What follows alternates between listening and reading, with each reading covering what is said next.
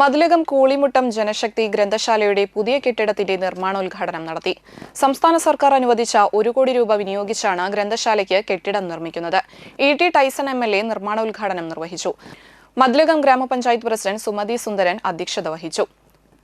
Mathilakam block panchayat president T K. Ramesh Babu മുഖ്യാതിഥിയായി. Panchayat vice president P M. Alfa, ആരോഗ്യ വിദ്യാഭ്യാസ standing committee chairman M A. Bineesh, Eriyad ഗ്രാമപഞ്ചായത്ത് president K P. Rajan, taluk library council president M S. Mohandas, secretary N S. Jayan, സംഘാടക സമിതി convener Baby Prabhakaran, chairman K C. Unnikrishnan, T K. Chandrasekharan, M A. Vijayan, E G. Surendran എന്നിവർ സംസാരിച്ചു. 3-4 എണ്ണം ഇപ്പോൾ പെൻഡിംഗ് ആണ്. പെൻഡിംഗ് എന്ന് പറഞ്ഞാൽ അതിൻ്റെ പ്രവർത്തനം ആരംഭിക്കാൻ പോകുന്നുള്ളൂ. ഇപ്പോൾ തൊട്ടടുത്തുള്ള കളത്തിപ്പുറമുണ്ട്, അതുപോലെ തൊട്ടപ്പുറത്തുള്ള കൊട്ടൂരുണ്ട്, അതിനപ്പുറത്ത് രാധാകൃഷ്ണനൊക്കെ ഒരെണ്ണം അതിലുണ്ട്, എല്ലാം ഉണ്ട്. 4-5 എണ്ണത്തിൻ്റെ തുറന്ന് വേനത്തിലാക്കാൻ കഴിയും. നമുക്കെല്ലാവർക്കും അറിയാം, കാലഘട്ടത്തിൽ ഏറ്റവും പ്രധാനം നമ്മളിതുപോലെ കലാസാംസ്കാരിക പ്രവർത്തനങ്ങൾക്കുണ്ട് എന്നുള്ളത്. നമ്മൾ നല്ല രീതിയിൽ റോഡും വൈദ്യുതിയും കുടിവെള്ളത്തിൻ്റെയും എല്ലാ പ്രശ്നങ്ങളും പരിഹരിക്കാനുള്ള ശ്രമം നടക്കുന്നു.